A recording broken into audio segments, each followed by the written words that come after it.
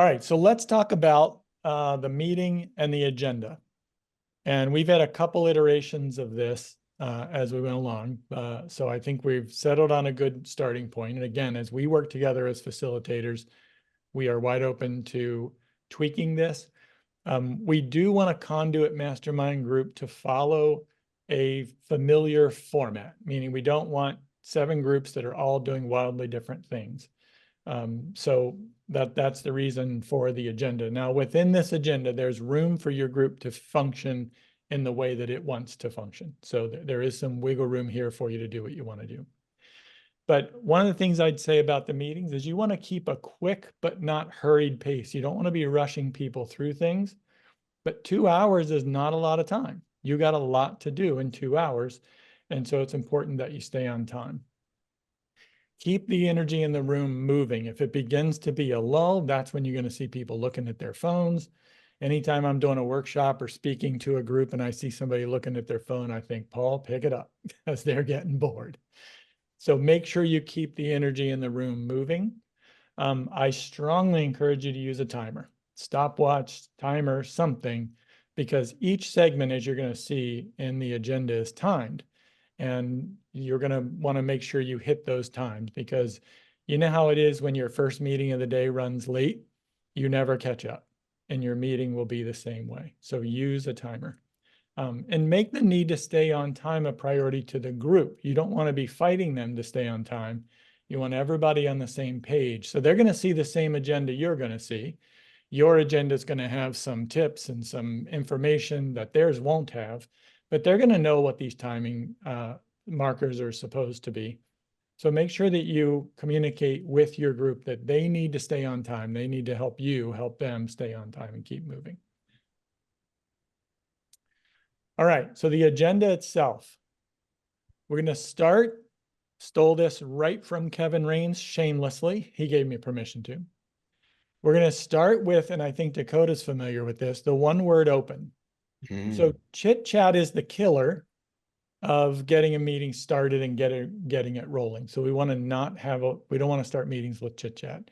So a one word open works like this. You're going to go around the room and ask everybody to share one word about that represents how they're doing personally. And you're going to go around the room again and ask everybody to share one word that explains how they're doing professionally. So how about if we just try it right now? I'll go first. Personally, my word is challenged. Andrew Glasgow, how about you go next? Happy. Ryan. Excited. Kelly, you still there or did you go off for a reason? She had to jump. She'll be right back. Okay, cool. Jerry, you can go next then. Motivated. John Kane. I would say motivated as well. Yeah.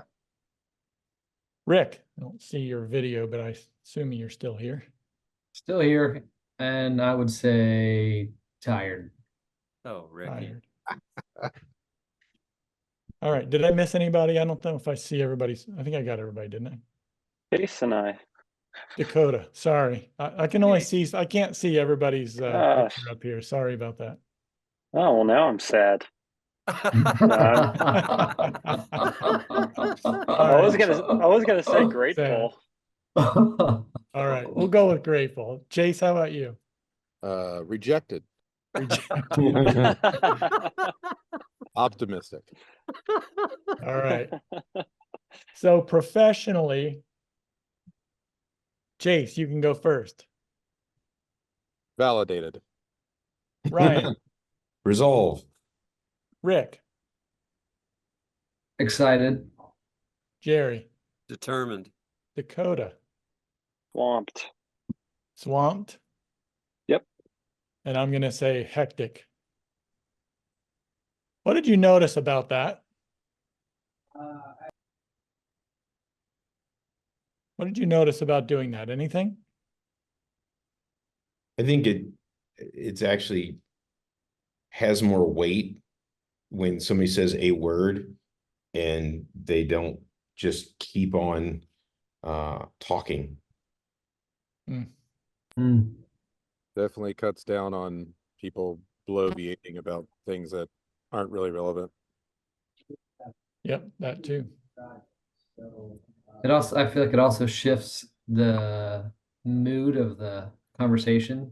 You know, if it's just you, Paul, talking, that's one thing. But all of a sudden, each of us say something, then all of a sudden it's like, okay, I'm awake, I'm engaged, and which is exactly what we want to be doing with our group.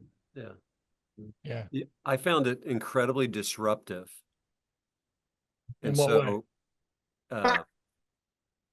so, as I'm just listening, I'm engaged. I think somebody else said something similar, but when you asked me to actually be introspective on how I'm feeling and how I'm doing personally and professionally, it like recentered or recalibrated me to be like self-aware. And so my engagement obviously heightened because I was asked to evaluate myself. So it brought you out of wherever you were into the group. Yeah, exactly. Yeah. You go from passive listening to now you're an active participant. Yeah. So the comment about engagement is spot on. So Dakota, you've done that before, haven't you?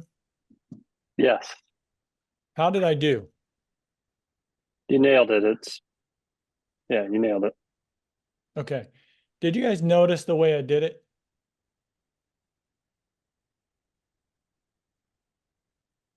Quickly? Yep. Quickly. Did you didn't notice wait how I did it quickly? You modeled it. You didn't wait for people to volunteer. You called the names. Exactly. So Yep. there's little things you can do in your meetings as the group leader to expedite these things and make them happen quickly. So when you look at the agenda we're going to give you, you're going to see that you have about a couple minutes to do this. And that's really all you need, so long as you don't say who wants to go and then you wait around for everybody to be polite to everybody else and wait for that person, right? And then people talk over each other. So you can, as the facilitator, move around the room and make these things happen very quickly. That's a way you can really manage the energy and manage the time in your group, because if you can get ahead of your time in your meeting, then the things that will inevitably happen that hold you up, you'll have hopefully some space to deal with those as they happen. So that's the one word open. Again, credit to Kevin Rains. Great suggestion. I loved it. I'll be completely transparent. That's the very first time I've ever led it, but it seemed simple enough, so I thought I could do it. Then you're going to move on to a winning minute. And I call it a winning minute because they get a minute or less. Here's where you're going to want to be timing things. And I would suggest you do it exactly the way we just did the one word open. So I would say winning minute. Jerry, what's your winning minute? Every single person in your group then is going to take a minute or less to share a win they had since the last time you were together. This win can be personally. I got a Slack this morning from a friend who told me that his son got a full ride scholarship playing soccer for a university in Florida. I can guarantee you that would have been his win for the day, because now he's not paying college tuition. But Amen. it was his son's dream. His son dreams to someday play European soccer, so he'll have to be awfully good to do that. So the 1 minute or less win can be personal, professional, it doesn't matter. There's no boundaries on it. Unless you as a group decide you want to put some guardrails on it, that's up to you. But I'd suggest you just let it be a positive thing. Give your one word answers, jump into your winning minute. Here's a minute to tell us about something that was a win. Just don't let anybody run on like I just did. Keep it at a minute. So I would suggest that you're timing people in the 1 minute. Any questions about that one? Pretty straightforward. The next one goes to what Dakota brought up earlier, and that is the accountability. So your accountability partner is going to be the person who holds you accountable in between the meeting. This is your opportunity as a group to hold each person accountable. So again, we want to time this 2 minutes or less. I might say, John, what were your commitments and what's your update? So John might say, well, I committed to do A, B, and C. Here's where I am on A. Here's where I am on B. Here's where I am on C. And that's it. So it's simply an accountability check-in. That is 2 awesome. 2 minutes or less. Wow. They're going to share what their update. So that's what I meant when I said from 1 month to the next, the group is going to be the accountability partner of every single other person in the group. We just need the partners, the individual partners, to do that fill in between. All right, any questions about that one? Hang on, I'm taking a picture of that screen. I'll share these slides with all of you, actually. That is damn good, Bowser. Yeah, I'll send you all of these. One comment Yeah, on this screen is when you're doing the one word opens, something that I've done is to have like something to write, a note, some paper or whatever, and I'll take notes of anything that stands out to me, any words that are kind of making me curious, and that can lead to some interesting discussion. You may be getting ready to talk about that a little bit more, but that is something that I've done in using this that's been effective. that is something I wanted to talk about. I failed to, so I'm really glad you brought it up, Dakota. One of There you the go. Jerry talked about how the one word open sort of brought him into the meeting. And that's one of the things Kevin said that he loved about it. And I just experienced it with you guys. It does do that. It brings us all kind of out of wherever we were into the meeting. As facilitators, I would encourage your group to do what Dakota just did, and that is pay attention. How many of you remember what I said was my word for my personally? John, what was it? Challenged. What did that make you think? Probably working on something new, something different. Challenge to deliver quality content here today. So it could be any number of things. Could be, right. Right. Did that word make anybody else curious? Chase? Made you curious? Yeah, when I heard it, I definitely was like, I think for me more than anything, it was like, okay, he's taking it seriously. Like I related it more to this. Maybe it was something else. You know what I mean? Okay, yeah. The point really isn't for you to figure out what it meant in that moment, except that to Dakota's point, people are going to share words that are going to say a lot. And this is where your group really, you want to, it'll make me super happy if all these groups support one another throughout the month in between their meetings. These meetings are the touch point, but there's so much more opportunity here to support and help one another throughout that month.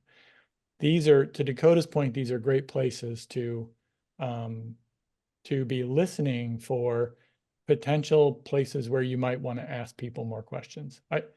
I have to apologize, Rick Meyer. I don't remember the word you used, but I think it was tired on one of yours. Yes.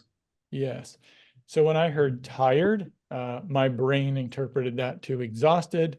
And I started thinking, I wonder how Rick's doing, if I should call him and see how he's doing. Yes, you should. Yeah. So see, that can be that I want you to sort of communicate that, not sort of communicate that to your group, because there's an opportunity that maybe in the meeting it's not going to happen because the time might not necessarily allow for it. But there's a place where maybe after the meeting, I'm texting Rick and saying, hey, Rick, you said you were tired personally. I'm not trying to be nosy, but I'm just curious if you're all right. That's an immense amount of support that we can give to one another. If anybody wants to know why I'm challenged, Jerry already does. I'll share with you. I'd be happy to share with you. So accountability update is super important. Thanks for dragging us back to the one word open. I think the one word open has a lot of power if we're paying attention to it. And I love Dakota's comment about writing them down. You as a facilitator don't have to write them all down, but you might encourage your group to do that. Write down the words that you hear so that you can be attentive to where there might be a need or a place where you can support someone.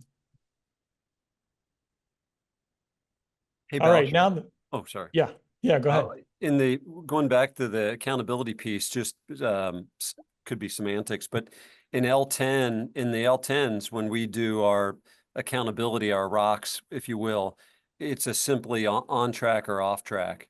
And anyway, it might be an interesting, if it's off track, then it might be an issue that the mastermind group would unpack, Dakota. But if it's on track, then it's just like, good job, Rick, on track. But if John's off track, then be like, okay, when we're done, at some point, we're going to come back and we're going to try to help you get unstuck, John. Mhm. So anyway. Yeah, absolutely. The accountability update is just that, like you're saying, Jerry, it's more of an update. I think with 2 minutes, you can probably say more than just on track, off track. But it's got to stay concise to keep everybody within a 2-minute time frame, for sure. Overall, that's 30 minutes, the first 30 minutes of the meeting.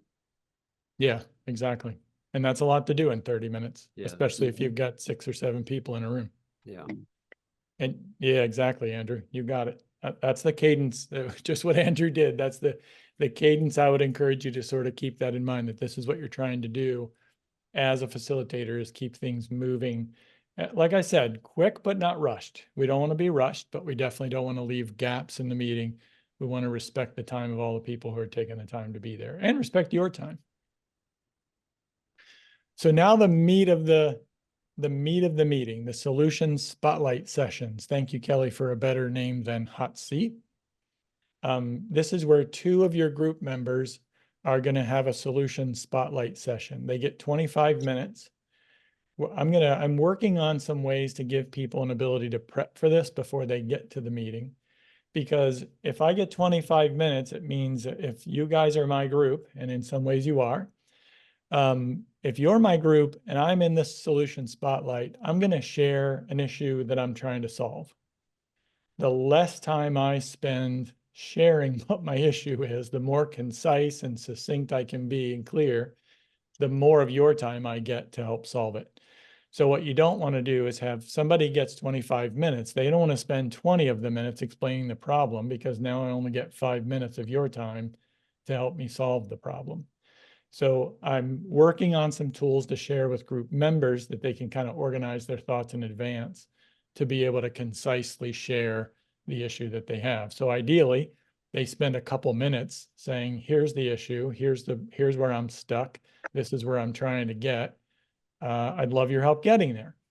Now, you as a facilitator are going to facilitate that conversation to try to solve that problem, to try to have the group solve that problem, I should say.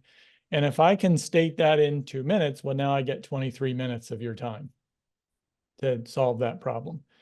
As a facilitator, I would watch your clock. You probably need about 3 to 5 minutes at the end of this time to sort of summarize what was brought up, because ideally you want this member to take away one or more potential solutions to their problem. And so you want to be sure that the person who's in the spotlight, that they have an opportunity to say, okay, in summary, these are the 1, 2, or 3 potential options to solve the problem that I have to take. This is going to be the meat, and probably where you're going to run into questions about, how do I ask questions to get deeper? How do I facilitate getting everybody involved? This is where you're going to shine as a facilitator in your solution spotlight sessions. Any questions or thoughts about those? I have a feeling we're going to talk a lot more about these as we go beyond today. Any thoughts or concerns or ideas about those?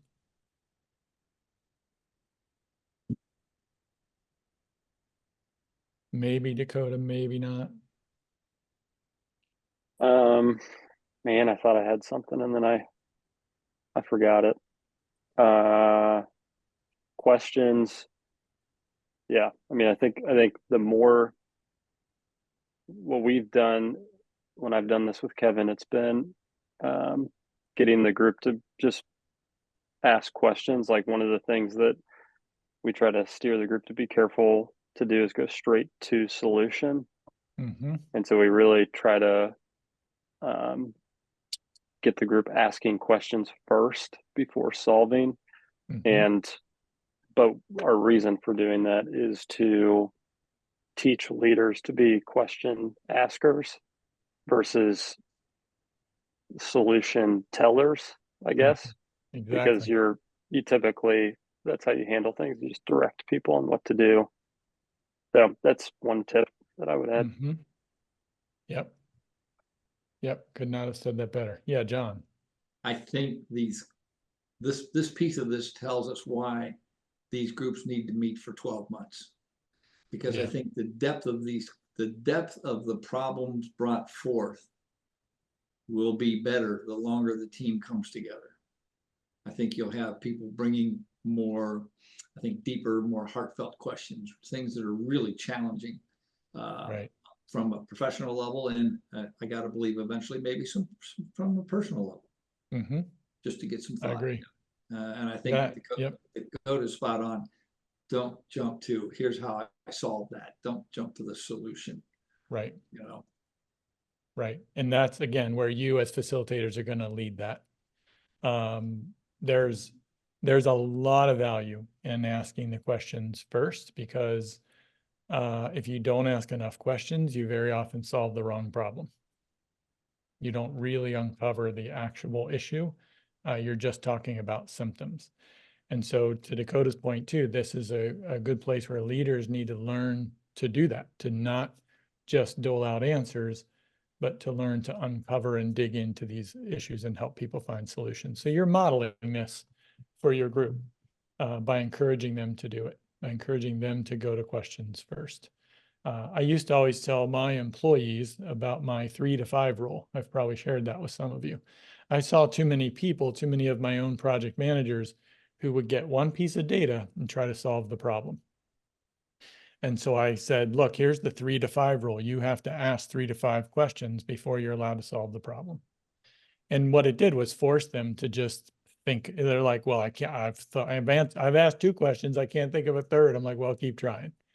And it's surprising how many times you actually need 7 or 8 questions to solve the problem. But you want your group to have a full understanding of what the issue really is. And keep in mind, the person in the spotlight may not. They brought the problem, but they may not have a full understanding of what the problem really is. And so asking those questions is critical to reaching that. Ryan, I saw you go off mute and I kept talking. You're back on mute, but did you have something to add? So yeah, is this designed to be the spotlight session? Is this designed to be where we kind of rotate through the group and everybody gets like an equal number, or is this like if somebody has a critical thing that they bring up as needed type of thing? So that's a great question, and I think it can be done. This is a place where the group can be flexible about it. What I would say is no member gets to go all year and not do a spotlight session. If they're doing that, they're not truly participating in the group. So you don't get to go all year and not be in the spotlight. You could do this on a rotating basis, meaning just, hey, Ryan, John, you're next month. Or you could do it on a need to basis, meaning you as a facilitator might choose to say, everybody, if you want to send me in advance that you have a spotlight topic that you want to get into, we'll do these 2 when we get together. My concern about doing it ad hoc is that somebody's going to dominate it and other people won't get into it. When you think about it, if we have even just 6 people in a group, if you're only doing 2, you're only getting one of these every 3rd month. So my concern is to be sure that the members all get an opportunity to be in the spotlight and get the benefit of being in the spotlight. Look, it'll be uncomfortable for them the first time. There's no question. If you've never done this, you're going to have 4 to 6 other people asking you questions, drilling into something. Once you do it once, though, it's phenomenal. I mean, it's amazing what comes out of your group through one of these sessions. So hopefully your group will be dying to be in the spotlight, not avoiding it. But I would say doing it either way. I'm open to somebody telling me that I'm wrong about that, but I would say doing it either way is up to the group. But I like the idea of rotating it. Just going these 2 people the next meeting, it's 2 other people, the next meeting is 2 other people, and just keep it rotating so that everybody gets an equal number of times in the spotlight. This is another spot I feel like where you can draw the more introverted people of the group out. Like introverted people often are much more comfortable asking questions, as long as we kind of help and remind them to do that. Exactly. exactly. And that's another reason to rotate it versus having people step up. Because somebody like Jerry who processes externally, he's going to find great joy in being in the spotlight. Somebody who's introverted, we introverts work things out in our head, not in a group. But our head isn't nearly as powerful as every other head in the group with us. This is a part of the meeting I have great confidence that we, as facilitators, are going to talk more about, because this is going to be this is where you're going to get to make a really big impact on your group by facilitating great conversations. I want to remind you, this is why I said earlier, I brought up the fact that many of you are going to be the mentors in your group, meaning you're going to be the most experienced, accomplished person in your group sometimes. The problem that brings with it is that, Ryan, if you say, here's an answer to something, a lot of people who think you're smarter and more experienced than they are will stop thinking about answers, because they'll take your answer and run with it. So I think it's Simon Sinek who said, leaders speak last. So as a facilitator, I would encourage you to just think that way. Think you're the leader, you speak last. The caveat to that is if the conversation begins veering off topic or veering away from where it needs to be. If you have something to add that can bring that conversation back where it needs to be, then you definitely want to jump in. So it's not a hard, fast rule for you to speak last. But you can also ask questions, by the way, to bring the conversation back where it needs to go, which I would strongly encourage that you do it that way rather than stating advice. But I do want you to feel comfortable giving your advice, giving your thought. Just bear in mind the impact that you have on the group.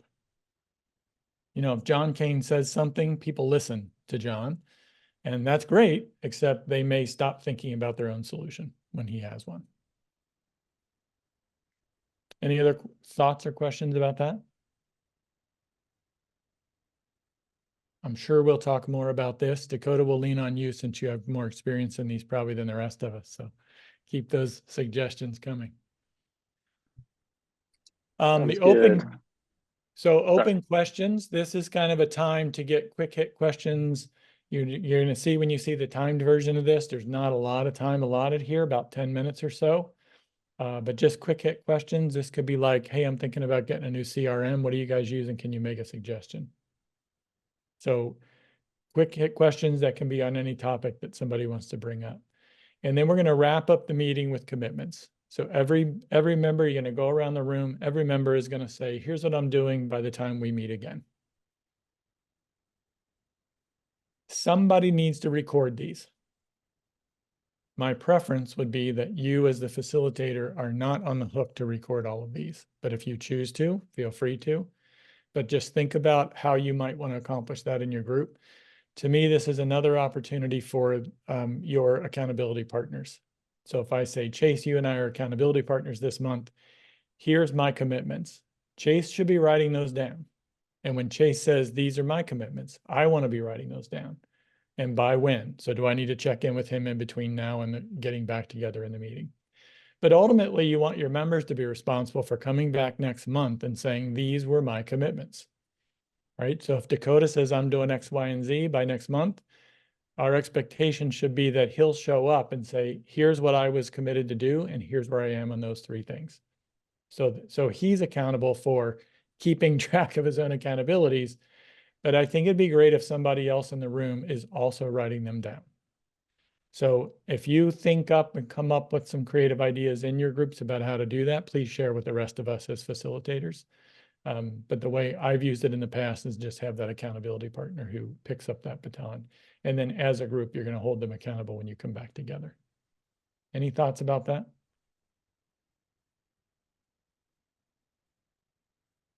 That open questions piece, by the way, is a piece where I think you could get waylaid off time. So as a facilitator, make sure you're really watching the clock when you get into that one, because the commitments part is critical. This is very critical. Everybody needs to be updating their commitments. So even if they weren't in a spotlight session, they came back, they gave you an update. I said I was going to do X. This is how far I got, but I didn't get finished. I'm updating my commitment for the next meeting, but I might be still working on that same thing that I didn't get finished, or introducing some new stuff. So they're going to be thinking about this before they even get to the meeting. But the commitments are critical. So in And- summary, these are your steps in the meeting. Your one word open, your winning minute.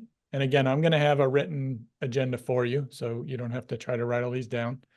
Your winning minute, your accountability update, your solution spotlight sessions, open questions, and then commitments to wrap up. Strategically, is the open questions before commitments for a reason?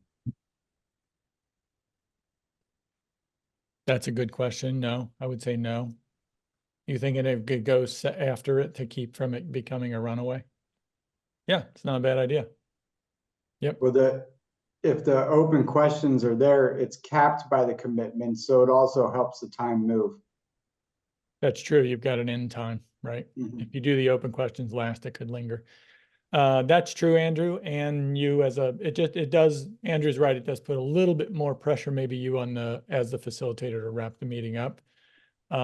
Frankly, I think that's a skill set that you either, Andrew, you've cultivated that skill set already running some board meetings. The rest of you, I'm sure, have in one way or another as well. But, being the timekeeper, keeping people moving, being willing to say, hey, we're out of time to move on. That's going to be an important piece of your role to keep this within a 2-hour window. And can I go back to the timing thing? Yeah. Is this worthwhile to have just literally a desktop timer thing, your time's up? Or I would think you so. just silently watch your own watch? You're going to be in person, so do it however you want. There's a company out there, they're a local company called Time Timer. You could consider buying one of their little timers, and it's pretty cool. It's got a little red dial on it. You turn it up to a time, and as the red disappears, you're running out of time. So you could look them up. I use their app for some of the calls I do. So I pull their app up on my phone. I set it right there on my desk, and as I'm meeting with clients, I'm watching the red go away. And so I don't have to be looking at my watch. I don't have to be calculating minutes. I can just see by how much of that red disc is left that I need to be moving on to other things in the meeting. So I think you could use a lot of strategies for that, but it should be very obvious to your group that you're timing and that there is a hard stop time to each of these segments. That's fine. I get called a warden a lot, so keep going. Well, that's another word for not really. That's not really a word for facilitator. I tried to help you out, Andrew, but it's really not. The clock Nazi. Dakota and I have discussed it at length, and by at length, I mean, I sent him a text message. We're going to use a gong. A gong. Yep, that could be good. Keep in mind, as facilitator, you could ask someone else to keep time, but you probably want to keep that in your hands. They say do One and I love gonging. Well, One if it helps you keep, sorry, Dakota, I'll be right back to you. If it helps you not be distracted from being in the conversation, facilitating the conversation, to have someone else keeping time, you can do that, but just bear in mind, it might keep them from being able to be involved. Sorry, Dakota, go ahead. You're good. One thought on the timer is it's really one thing that it does help is when it goes off and makes a noise, the social pressure causes somebody to speed up versus you constantly having to tell somebody, all right, wrap it up. Yeah. So I've used that in the past as a way to be helpful. Just peer pressure does a pretty good job. Yeah. Yeah. So I do like your idea, Andrew and Dakota, but to have some kind of timer that makes a noise. Yeah. There's probably a weird human element to it where people blame the clock and not the facilitator. Yeah. Maybe that's part of the help, but so more resources coming your way. The written meeting agenda, I'm going to have that for you, 2 versions, one for you as a facilitator, one for your members. A first meeting agenda, you're going to have a little bit of admin stuff to do in your very first meeting, so you'll have a more detailed first meeting. I'm also kicking around different meeting tools and forms. Dakota mentioned writing down the words you hear. I've actually seen forms for people to, actually, I think I got it from Kevin, for writing down words that you hear. So thinking about things like that. We're going to do some more training sessions, hopefully like this, and maybe also some training videos. So as we're going on with the meetings, see if that's my next slide. As we're going on with the meetings, what I would like you to do is, as you bump into issues, is email me.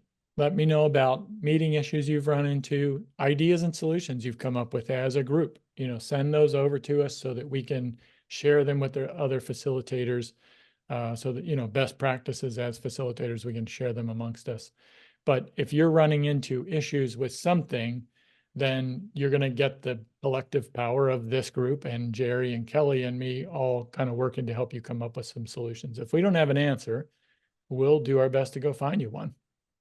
So but we're all here to support one another as facilitators. So you're not on your own. It's yours. This group here is your facilitator mastermind. Whether or not we meet on a regular basis to actually mastermind our facilitation is something we've thought about, but I don't want to saddle you with another meeting. So we'll see how it goes. But definitely don't want you to feel like you're out there on your own. Before we go to this, any questions as we wrap up? What's delivery dates on the agendas? I would say you'll have those Monday, Tuesday next week. I drafted it. Kelly's given me some feedback and made some edits to it. I need to get back to her edits and look them over, but we should have those for you early next week. So I should text Wednesday. Yep.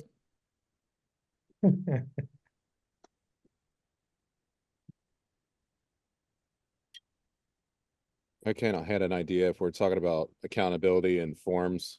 Like if everybody writes down what they're accountable for on their form with their accountability partner, and then you just put them on the table at the end and somebody takes a picture and just sends it to the whole group. It's quick, it's easy. Maybe they'll never look at it again, but it's an easy place to keep it. Great idea. Yeah. You can read their handwriting. We've talked about, we being Kelly, Jerry, and I have talked about different software applications potentially to manage some of this stuff. It's tricky, I can tell you as a coach working with different business owners, it's everybody uses what they use. And if you introduce new tools for them to have to learn, the adoption rate is pretty low. So I think to your point, Chase, you could have a shared Google document that your group uses where they add their accountabilities at the end of every meeting or something like that if you wanted.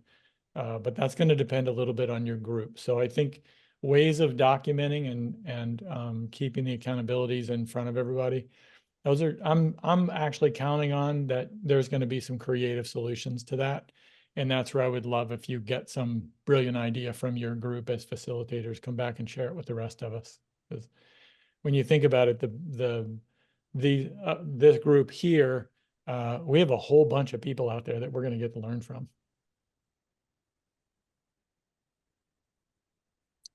Hey, Paul, you may have mentioned this, and I stepped into the bathroom, sorry. I'm glad you didn't take us with you that time. Yes. Are we doing a once a month training? Is this meeting going to be a recurring meeting, the like third Friday of the month or something? I would love for it to be. You brought that up yesterday when we were meeting, Jerry, and I just need to look at the calendar to see if we can come up with a cadence. Okay. Is that something that the rest of you can, I mean, you're adding a once a month to run your groups. Are you open to having, at least in these initial months, I think it'd be great. I think having it for the first at least 3 to 4 months and then do bi-monthly from there. Yeah. Yeah, let's do the first 3 to 4 months and then we can, like Andrew says, we can choose what that cadence should be. I do want you as you go though to be sending in questions and issues because Jerry or I can make a quick video of potential solutions and send it out to all of you if we're in between our meetings. So you're not waiting for one of these meetings to solve it.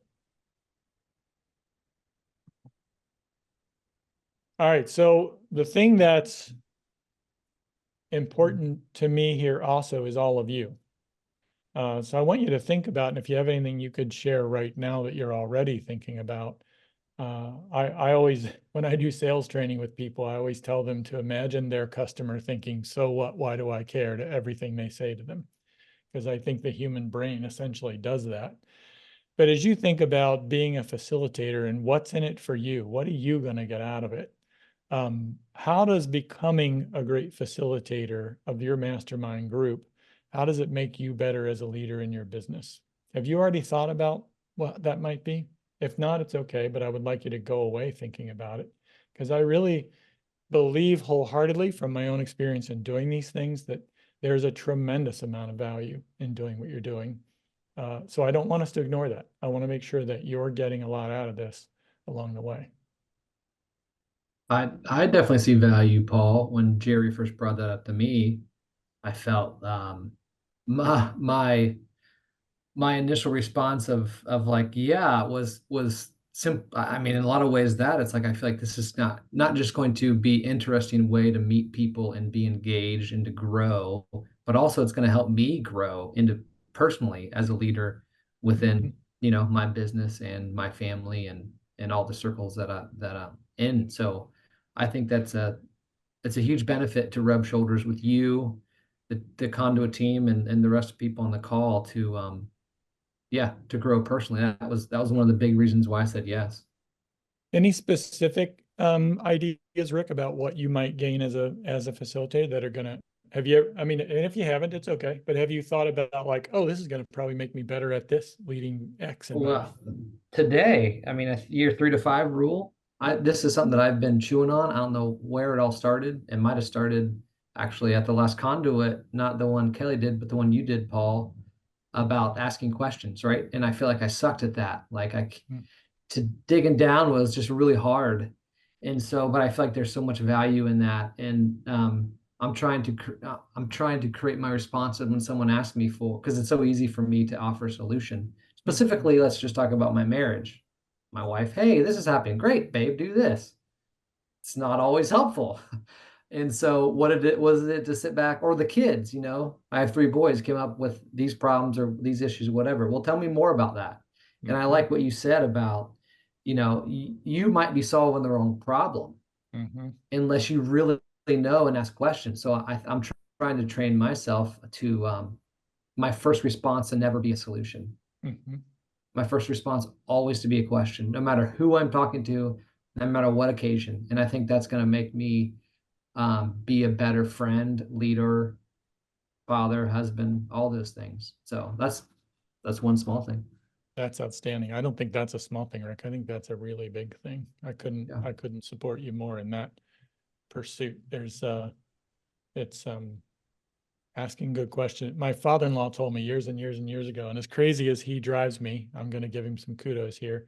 He told me when I was a very, very young man, he said, the smartest person in the room is not the person with the answer. He's the person asking the questions. And at the time I thought, what are you, a dumbass? There's no way. I got to have the smart guy knows what he's doing. And of course, the older version of me realizes that he was 100% correct. 100% correct. Anybody else want to share anything before we wrap up? Have you ever told your father-in-law that? That's a really good question. I don't know if I have, but I'm going to see him tonight and I'm going to tell him just in case. Thank you, Chase. So we can ask you about that over the weekend, or You can, please do. Or it could be like, I don't remember saying that. I don't remember. I think I have said it to him, but I'm doubting it enough, Chase, that it's worth saying. And what's the harm in saying it twice, right?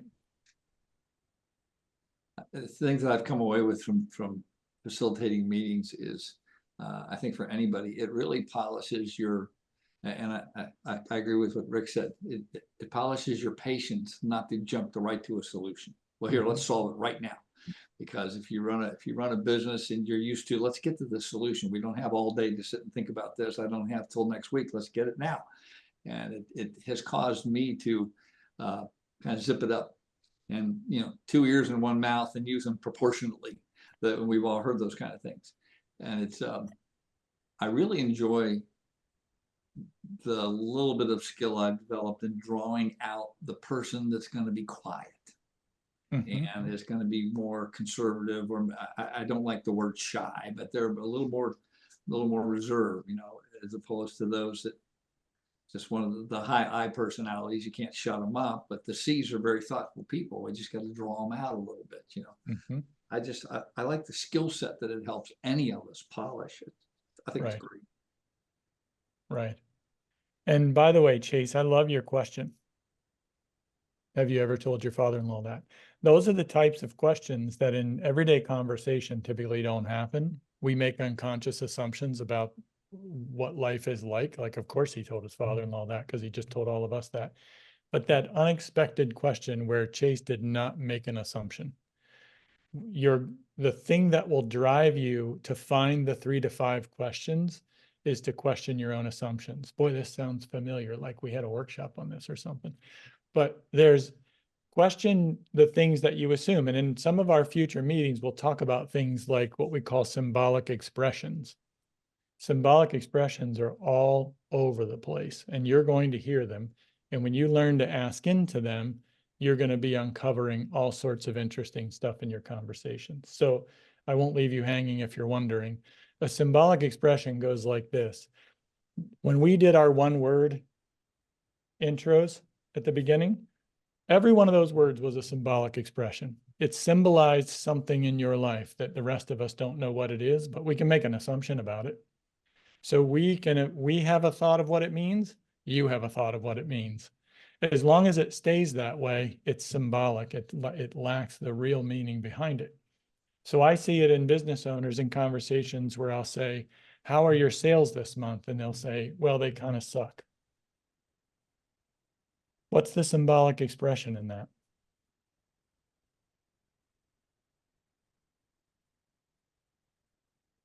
Non-positive, looking forward. It's not quantifiable relative to what? Yeah. What does suck mean? Yeah. Right? My sales suck. What does suck mean? Mhm. Oh, they're down 50%. Okay, now Yeah. we know what we're talking. Well, what's even 50% mean? Well, Yeah. normally I sell 200,000, I only sold 50. Yeah. Oh, yeah, that sucks. Yeah, spot on, Ryan. So listen, here's your homework. I wasn't planning on this. Here's your takeaway to go start practicing. Look around yourself all day long. You're surrounded by these. And you're using them. It's inevitable. We use them as shortcuts with people we know. So the person you're married to, you likely have symbolic shortcuts that you're using. When you both know what they mean, they're perfectly safe. But there's so many times where the people you're talking to, you don't both know what they mean. And here's the problem for all of you as leaders and managers. Your employees don't want to say, I have no idea what you mean by that. Because they're scared to death that you think they'll be an idiot, that they should know, and they're an idiot if they don't know. So they're not going to ask you. In most cases, you'll get some people who will, but in most cases. So for you as a facilitator, if you get really good at questioning your own assumption that you know what someone means, and then asking about that thing, you may think to yourself, I'm pretty darn sure I know what Ryan meant, but I'm going to ask anyway. And I can tell you, as somebody who does this all day, every day for a living, 60% of the time I'm wrong. Or at least there's more to what I ask about than I thought there was. So there's something you can just go away from today and see if you can pay attention to all the places that you and other people are making assumptions that they've actually communicated something. That's a great way to sharpen your skill at that.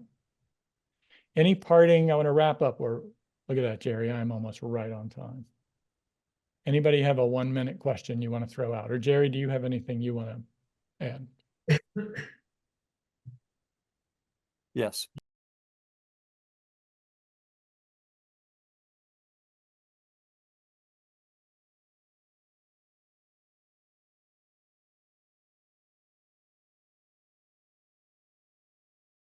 Tag you guys. It's really helpful if you like the post and if you comment on the post and you share the post. one of the things that's happening in the marketplace is Conduit's getting a ton of buzz outside of the trades. And so a lot of us that have friends outside of the trades have heard about and are following Conduit and very excited about what Conduit's bringing into a niche industry that's not existed before, arguably.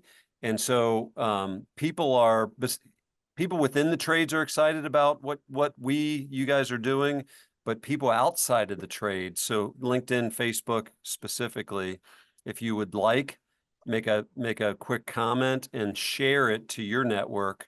And I'll say the last thing I'll say about that is when you post, Rick, so a lot of you guys are posting, is tag us so we know that you're posting, even if it's not about Conduit. When Rick Meyer's posting about Meyer Brothers, tag Jerry Bierman, tag Conduit, and that'll prompt us to see your post, and then we'll like, comment, and share it as well. So we can really bolster your company's personal brand as well. Awesome. We're at time, guys.